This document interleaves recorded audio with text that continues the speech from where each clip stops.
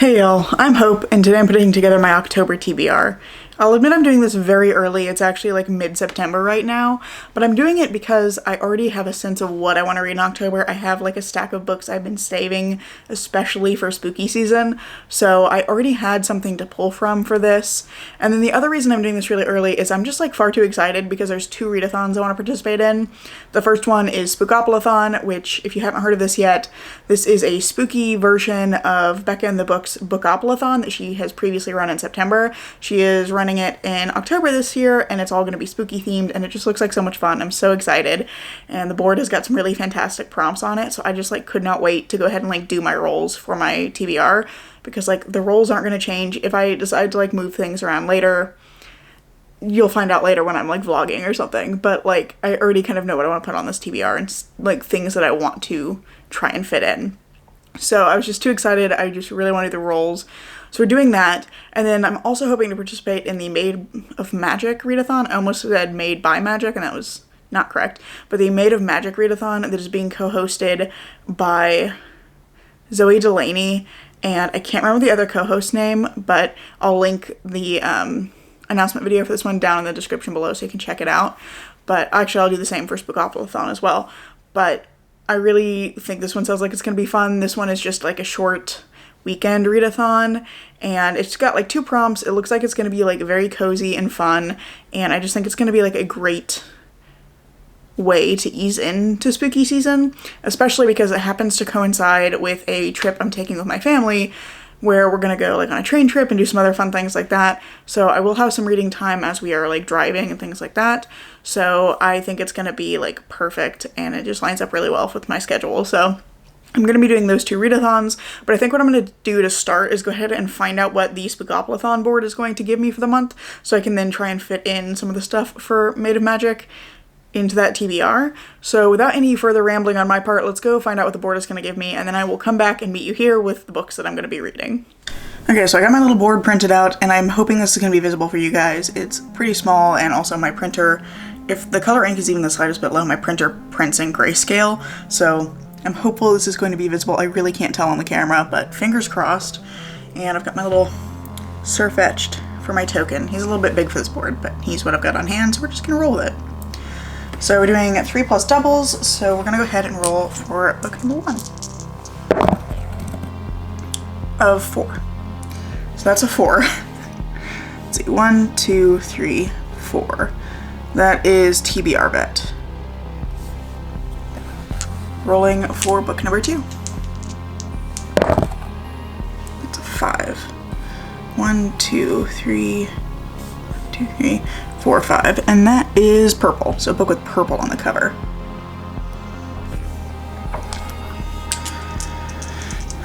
Rolling for book number 3. That's what, 8. 1, 2, 3, 4, 5, 6, 7, 8, and that is Community Shelf. So, let's see what we get here. A genre you don't usually read. Alrighty. Now rolling for book number 4. Sorry, Sir Fetch. I'm knocking it over. Rolling for book number 4. Of 5 now. So that's a 2, and that is Daphne du Maurier. Rolling for book number 5. And that is 7. 1, 2, 3, 4, 5, 6, 7. That is Toffee Apple. Okay, I am back with the books, and we are starting off strong with TBR Vet, and I've chosen one for this that isn't the oldest book on my TBR, but it's one that I've had for a few years now. It was gifted to me at Christmas. My mom gave it to me, and I think it's going to be perfect for spooky season, and it's also a book off my priority TBR, so it's kind of like 3 birds, 1 stone kind of a thing going on here. But this is H.P. Lovecraft by Charlotte Montague. This is just a biography of H.P. Lovecraft. It's also fairly short, but I'm really interested to dive into this one because I know he's a like weird and messed up dude, and I think that it'll be interesting to know more about him. I think his writing is really interesting, and I really like the Cthulhu mythos, but obviously he had some pretty horrible personal beliefs, and I'm interested to see, you know, what in his life kind of inspired those beliefs, how he got to where he was. So I think it's going to be pretty dark, but also pretty interesting. And like I said, this is one that was gifted to me a few years ago, so I am looking forward to finally getting to it and seeing what I think of it. Next up, we got Purple, which is a book with a mostly purple cover, and I had the perfect thing for this that I just got. This is Maplecroft by Sherry Priest. This is a, like, fantasy horror book that's like, what if Lizzie Borden was a monster hunter? And it suggested that what happened to her parents wasn't actually her necessarily, or it might have been her, but her parents might not have been themselves anymore, and there's some sort of, like, kind of eldritch sounding entity involved. It sounds like it's going to be a lot of fun. I really like this kind of historical figures as monster hunters kind of subgenre. I think it's really fun, and I'm really looking forward to picking this one up. I picked this up and immediately decided I wanted to save it for spooky season, so this just kind of works out perfectly. And it is, in fact, mostly purple, so it works well for this prompt. So I'm just glad that that kind of lined up well. Then I got Community Shelf, and the prompt I got was a genre you don't usually read, and this again worked out perfectly for me because I want to read The X-Hex by Erin Sterling. I bought this a couple of years ago at Halloween time, planning to read it that year for Halloween, and then I just didn't do it, and I keep putting this on Halloween TBRs and then not reading them, so I feel like this is the year I really need to actually pick it up. I don't normally read romance. I like books in other genres that have romance as, like, a strong subplot, but I don't normally read, like, contemporary romance, which it sounds like this is basically a contemporary romance with some, like, witchy elements in it. So I'm curious to see how I feel about this, and I think if I'm going to like a romance, it's going to be something like this that has some of these kind of speculative elements and some other kind of plot that's not just centered totally on the romance. I think that's what I'm going to need to enjoy a contemporary romance, but I've just been wanting to give this one a try, and again, this worked out perfectly because I was already planning to put this on this TBR because I've done it for the last, like, 3 years now. So I hopefully will actually read it this time, and maybe for Readathon I'll be able to, like, prioritize it a little bit better. Then I got the prompt Daphne du Maurier, which is to read a book that is gothic. You can also read a book by Daphne du Maurier, but I don't actually have anything by her on my shelves, although I am interested in picking something of hers up at some point. But instead I've chosen The Hacienda by Isabel Cañas, which is a gothic story about a woman who marries this man to try and create some security for her family in the wake of the Mexican War of Independence. And then she gets to his family home and realizes that something is deeply wrong, and there is a deceased wife that seems to possibly be haunting the manor. So I think this is going to be really fun and interesting. I did actually start this at spooky season last year, and I just didn't ever finish it. Last year was a rough time for me because I was just starting my master's program, and I think I've said this in several videos recently, but I have a few books that I was reading when I started my program, and then I just kind of got overwhelmed, and I didn't ever pick them back up and finish them. This is one of those, and then I just really want to get to this. I think it's going to be a lot of fun. But also, Jan Agaton really liked this one recently, and I really like her reviews, and the way that she talked about this book made me even more excited to pick it up. So I'm very excited to get back to this one, and I think I remember enough of what was happening to pick up where I was, which was at chapter 10, so that'll make it even faster to read, but I'm very excited about this one. The very last prompt I got, which I'm glad that I started at 3, because I feel like this could have gone on forever since I got 2 doubles. But the very last one we got was Toffee Apple, which is to read a sticky book or a book you think is going to keep drawing you back in. So I've chosen A Restless Truth by Freya Marske, partially because I think this will help kind of, like, lighten the mood in October, since I am going to be reading a lot of horror and spooky stuff. I think this will be really fun. This one is actually, I have to clarify something I said earlier, because this one is actually a romance. This is a fantasy romance, and I think that the difference for me between this and something like the X-Hex is it seems like this skews more towards the fantasy side of things, and the X-Hex seems like it's going to skew more towards the romance side of things. And, like, I know that the romance is a very strong piece of this because I read the first book in the series and loved it, but I think this one is going to have stronger fantasy elements in it, and I really like the kind of magic system in this world.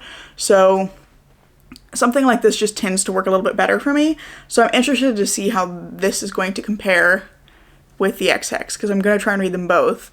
So I'm curious to see what the difference is to me once I've actually read them. But this one is a sapphic romance set on a cruise ship where a young woman in, I think, Edwardian England? Yeah. I was like, is it Victorian or Edwardian? I'm pretty sure it's Edwardian. This is about Maud Blythe, who goes on a cruise with a woman who she is supposed to be taking care of, this elderly woman, and then the woman turns up dead, and she ends up teaming up with a kind of starlet, I think, named Violet. No, I know her name is Violet, but I can't remember exactly what Violet's job or social status is or whatever. But she meets this woman named Violet, and the two of them are trying to solve this murder mystery together. I think there's also another character from the first book who was on the ship with them. I've heard that he like unwillingly adopts these two chaos lesbians, and I think it sounds like so much fun. I'm curious to see more of that character as well, but I loved Maud in the first book, and so I'm really excited for her to get her romance now, because I think she's a really wonderful character, and I'm so excited to see her like have good things in her life. So very excited for this one, and I love a murder mystery, so it's just kind of like a bunch of different things that I think I'm really gonna love. And I love the first book in the series. I know I love Freya Marsk's writing, so I think this one is pretty easily going to be a sticky book for me. It's really gonna draw me in, and I know I'm gonna have trouble putting it back down. So I'm really pleased with the books that I have now for Spookoplathon. I think it's going to be a really fun TBR, and I'm pretty confident I'm still going to want to read these when October rolls around. This also worked out well for me because I did manage to get one of my Made of Magic Readathon choices onto my TBR, because the Made of Magic Readathon also has a prompt to read a book with a purple cover, so obviously Maplecroft is going to stand in there as well. Now, the other prompt for Made of Magic is to read a magical book, and I've chosen Our Lady of Mysterious Ailments by Teal Huchu. Editing a hope here, I just realized I completely misexplained this whole book and mispronounced the protagonist's name, so I'm just going to clarify things here. This book is about Ropa, who is a ghost talker, and she is, in this book, investigating the sudden coma of a young boy, and it sends her on this quest to a creepy boarding school for boys. Sounds like it's going to be so much fun. I really like the first book in this series. This is the Edinburgh Night series, and I think the mystery in the first book was really satisfying, and I really love Ropa as a protagonist. I like the way she looks at the world, and I also really like her friends. She has this little friend group with Jomo and Priya, and I just love all of the characters here. I think it's a really interesting world. It has this kind of unmoored in time and space kind of feel to it, because it's set in Edinburgh, but I can't quite tell if it's supposed to be slightly like post-apocalyptic feeling, because it kind of does. It feels a little futuristic, a little dystopian, but it's just a really fun setting, and the characters are all wonderful, and I'm so excited to see what this mystery is going to be like, because I think it sounds really intriguing. And there's also a third book that's just come out in this series that I'm hoping to get to at some point as well. So yeah, just really excited to be picking this one up, because it's been on my shelf for quite a while now, and I just loved the first book. It was really, really fun, so good pick for October. Now, I don't want to try and give myself like too many books to read in October, because I know I'm also going to be working on a final project for one of my classes, and I'll be doing thesis stuff, so I know I'm going to have a lot going on, but I like to give myself a lot of choices, and I have a couple more categories that I'm trying to tackle every month, so I've got a few more books to talk about. The first category to mention is my priority books. I have this like priority TBR I put together at the beginning of the year by drawing random books out of a mug, and I've been trying to get to some of those. I've done a terrible job for most of the year, so I'm trying to like catch up now, and I need to basically have 3 of my priority books on my TBR for each month if I want to like attempt to finish that list. So H.P. Lovecraft, I think I already mentioned, is one of my priority TBR books, so that's one right there. But then there's 2 more I want to mention here because they're also perfect for spooky season, and I want to try and maybe get caught up on this. First one is A Dowry of Blood by S.T. Gibson, which I know is a retelling of Dracula. I have not read Dracula yet. I'm just going to accept that I haven't read Dracula yet and just go ahead and read this. But I'm very excited for this one. This is another one that I've heard Jan Agaton talk about a lot, and she loves this book so much, and every time she talks about it, her like love for it is infectious, and I just really, really want to pick it up, and I've heard so many good things about the writing in this one, so I'm very excited to get to this, and since it's a vampire book, I think it'll be absolutely perfect for Halloween time. And then the next one I have is also a vampire book. This is Silver Under Nightfall by Rin Pecco, which follows Remy, who is a vampire hunter who is himself rumored to be half vampire, and he ends up going to investigate this strange new type of vampire that's causing chaos in the city, and he gets involved with a vampire couple who kind of draw him into their circle and are helping him investigate, and I think it's going to be like a little bit romantic, a little bit action-packed, and I just think it's going to be a lot of fun. I've heard some good reviews for this one, and actually one of the reviews that most pushed me to want to read this one was Becca in the Books. She talked about this, and she actually didn't like this book, but everything she mentioned not liking about this book was things that I do like in books, so I think I'm really going to enjoy this one, and I also just want to like, you know, endorse the usefulness of negative reviews, because sometimes somebody hates a book for exactly the reasons you're going to love it, and I think that's a wonderful thing. But yeah, that was one of the reviews that enticed me to pick this one up, and I am so excited to get to this one, and I'm excited to have some vampire stuff to read for Halloween. The very last category I have is series. I've been trying to continue and finish some series this year. So I have a series that I think is going to be a little bit lighter and is going to work well with some of the other bigger, scarier books that I have, which is that I'm trying to read the Chronicles of Prydain series. These are the 4 I have left. This is a middle grade fantasy adventure series following Taryn, the assistant pig keeper, and his like various adventures with this little group of friends that he creates. This is a nostalgic series for me because when I was a kid, I actually read book 2, The Black Cauldron, without knowing that it was part of a series. And so my partner bought this for me for my birthday this year, and I've been going through and trying to read them. But I read the first one for the first time earlier this year, and I am now back to rereading The Black Cauldron, and I am so excited to get back into this one because I remember this one making like tiny me sob. So I'm really interested to see how I feel about it now, and then I still have the last 3 to read. But I think these are going to be good for spooky season, not because they're spooky, but because I have so many other things that are going to be kind of scary or heavy that I think it'll be good to have something that's not necessarily lighter, because these books, at least the first one, gets pretty dark, and I know The Black Cauldron has a major character death in it, so like I know there's going to be dark stuff here, but I think having something that's like easier to read and easier to get through is going to be great for kind of breaking up the other stuff I'm trying to read. So that's the series I'm going to try and prioritize for October. So these are all of the books I am going to attempt to get to in October, and I'm really excited about this list. I think it's a really fun blend of spooky and light in a way that's going to make it like really enticing for me to pull a book from this list, which is really what I'm aiming for with these kind of TBR lists now, is just to create a pool of books that I'm excited to pull from for that month. So I think this is going to be great. I'm really excited for all of these, and I feel like I'm definitely not going to read all of them, but I'm feeling motivated to pick up as many as I can. So that is delightful. That's exactly what I want from this, and I'm really excited for October now. Less excited because I have a midterm project due at the beginning of the month, but you know, you win some, you lose some. That being said, that's all I have for you today, and I really hope that you've enjoyed this video. Let me know down in the comments what you're going to be reading for October, because I'm always excited to hear about other people's spooky season plans. If you like this video, I hope you'll consider giving it a like, maybe even subscribing to see what comes next. I'm currently posting every Tuesday and Saturday, so there is more content coming soon, and I hope to see you in the next video. Bye.